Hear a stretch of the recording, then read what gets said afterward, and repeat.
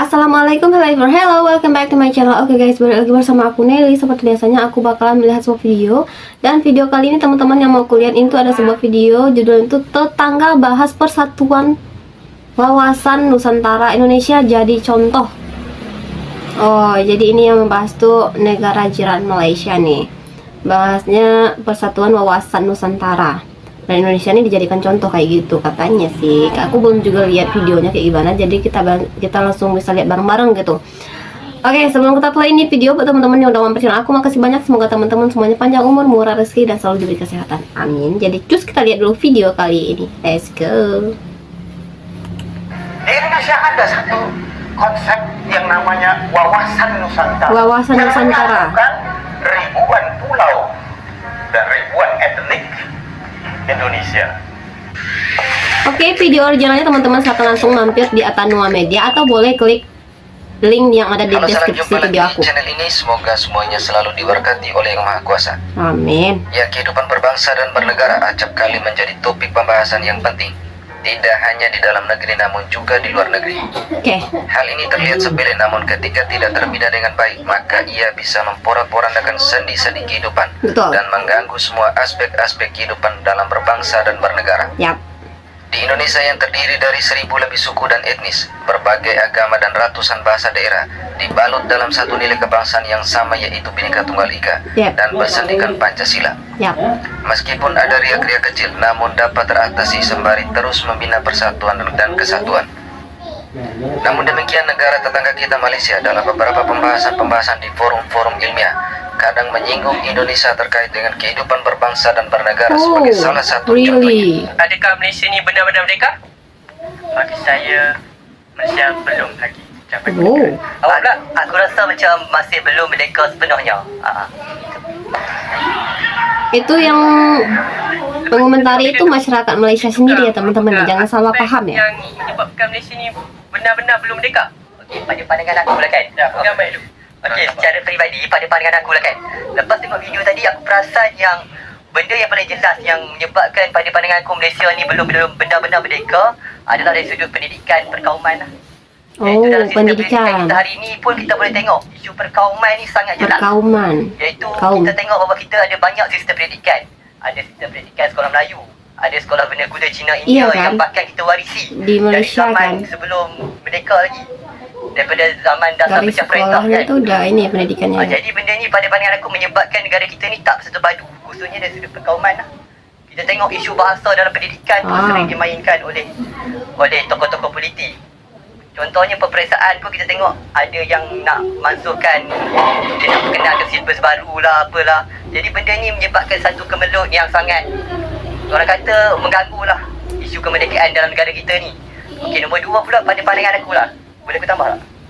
Boleh. Boleh. Dari sudut politik perkauman ni memang sangat politik. serius. Kita tengok dari dulu selepas merdeka sampai sekarang, politik perkauman ni tak pernah habis. Kita tengok parti-parti politik banyak yang berlandaskan kaum saja. Contohnya politik-politik ni banyak guna bahasa-bahasa provokasi, sentimen Melayu Cina, India. Sebab tu yang berlakunya pergaduhan dekat mana ni? Loyal. Loyal. Dekat situ. Dekat situ kita tengok bahawa isu politik ni mempengaruhi lah macam mana keharmonian dan juga keamanan kita. Jadi pada pandangan aku, negara kita ni tak betul-betul mencapai standard sebuah negara merdeka sebab adanya isu perkauman. Tak macam bangsa-bangsa lain. Contohnya dekat negara kita Malaysia, kita kenali kita berlandaskan kaum Melayu, Cina, India. Kita tak panggil kita sebagai satu bangsa Malaysia. Tapi benda ni menyebabkan kita berpecah belah dan tak ada keseragaman lah. Jadi sebab tu bagi aku rasa secara umum memang Malaysia ni belum benar-benar mencapai kemerdekaan yang rasmi lah. Oke. Juga saya telah Itu pendapatnya ya. Dan perjalanan untuk penyatu paduan. Dia yang merasakan tinggal di Malaysia gitu ya. Sebelum merdeka lagi. Namun ada juga yang menyatakan ianya masih belum berbekas. Namun kalau kita perhatikan juga dengan perlembagaan persekutuan juga yang adalah termasuk sekarang ini. Kenapa dia masih belum berbekas di dalam hati jiwa untuk sanubari 30 juta rakyat Malaysia. Yang penting saya guna kat sila tak ada penghayatan. Perpaduan kesatuan negara bangsa atau mewujudkan negara bangsa Malaysia ini berteraskan kepada perlembagaan dan hukum negara. Tapi sejauh manakah layan kita berbuat demikian? Sebab itu saya rasa dalam hal ini penghayatan kita kepada negara dan untuk membina satu jati diri, kekuatan jati diri kebangsaan amat kurang. Bila ada jati diri kebangsaan, maka rasa cinta pada negara, patriotik, saya rasa ini pun kurang. Jadi adalah menjadi cabaran kepada kita, kerajaan sekarang, supaya dapat memikirkan satu gagasan jati diri kebangsaan ini dan juga patriotik pada negara ini, gabungan ini sebagai gagasan yang penting untuk kita realisasikan dan untuk kita mantapkan lagi perpaduan kita, konsep bangsa. Jadi mungkin kayaknya di Malaysia itu kayak etnis China, India itu kurang berbau kali ya, karena mungkin dari awal pendidikannya emang udah kayak berbeda gitu ya. Ada ya sekolah Tamil, ada yang China juga gitu ya. Karena dia budaya bangsa tu ialah rais, hanya bangsa Melayu. Tapi ini kan tergantung dengan pemerintahannya juga sih menurut aku. Dengan bangsa Malaysia. Sebenarnya fenomena Kerajaan. dalam konteks moden sekarang dikaitkan dengan negara, bangsa Indonesia, bangsa Thai. Tapi siapa kita lah untuk kita nak meletakkan. Jadi yang penting bila kita mengkaji meletakkan suatu fungsi bangsa, kita kena lihat dari segi sejarah dia dulu. Sejarah Ini betul. kita ingat bangsa Indonesia tu banyak suku, tapi kalau kita di Malaysia, konteks Malaysia, bangsa Melayu, ada suku Jawa, suku Bugis, suku Aceh, suku Minangkabau. Itu dilakukan yang atas sekali Melayu. Itu Malaysia punya pengiktirafan. Kalau di Indonesia, bangsa Indonesia, dia tak ada suku-suku, dia tak berapa kisah, dia bangsa Indonesia. Jadi di Malaysia, bangsa Malaysia bukan saja Melayu, dikaitkan dengan berbilang bangsa. Karena itu, kita tidak perlu memaksa orang masuk Melayu. Ya betul, itu nggak bisa dipaksa. Tidak perlu memaksa.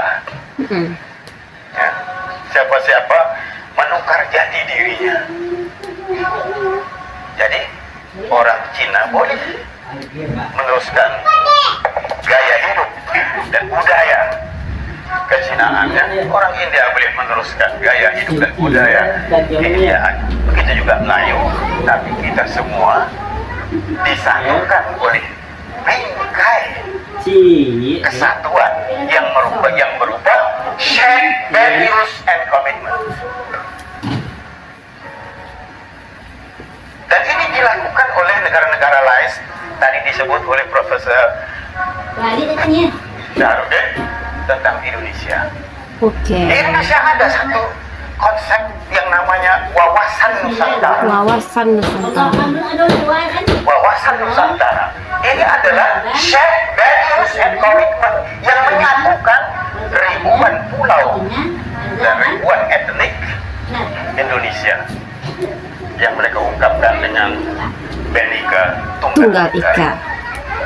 Ia pandangan ini dengan memberi contoh Indonesia dengan wawasan kebangsaannya sebagai cara pandang bangsa Indonesia mengenai diri, lingkungan dan tanah airnya yang mengutamakan persatuan dan kesatuan serta keutuhan negara yang dilandasi Pancasila, Undang-Undang Dasar 1945, Bhinneka Tunggal Ika dan Negara Kesatuan Republik Indonesia. Jadi kita masih boleh terus terokai, ya, terus terokai the shared values and commitment ini. And commitment. Jadi saudara sekalian, itu yang kita maksudkan dengan kepelbagaian dalam bingkai kesatuan untuk menjayakan impian bangsa Malaysia. Inilah yang membedakan Indonesia dengan negara lain. Jati diri secara ras, golongan, agama dan kebudayaan boleh berbeda, namun dalam jati diri berbangsa dan bernegara hanya satu sesuai Sumpah Pemuda, satu tumpah darah yaitu tanah air Indonesia, berbangsa yang satu yaitu bangsa Indonesia, dan berbahasa yang satu yaitu bahasa Indonesia. Akan tetapi bukan berarti bahasa-bahasa yang lain dilarang. Silakan mempelajari dan menggunakan bahasa-bahasa yang lain, namun dalam berkomunikasi antar sesama rakyat Indonesia yang berbeda suku, bahasa Indonesia menjadi bahasa kenegaraan dan bahasa persatuan.